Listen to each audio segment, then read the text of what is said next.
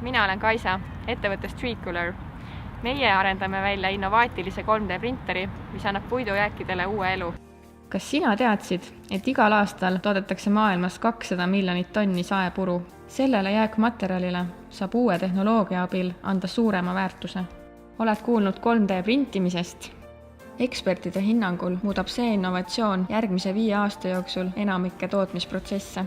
Aastaks 2020 on 3D printimise oodatav turumaht $21 miljardit.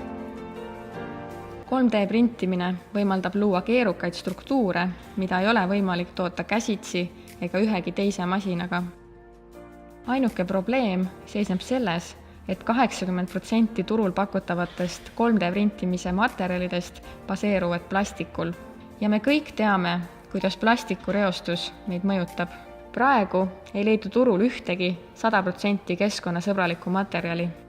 Treecular lahendab selle probleemi, tuues turule innovaatilise 3D printeri, mis võimaldab looduslikust materjalist toota keerulise disainiga puidust esemeid, aidates seejuures säästa aega, kulusid ja ressursse.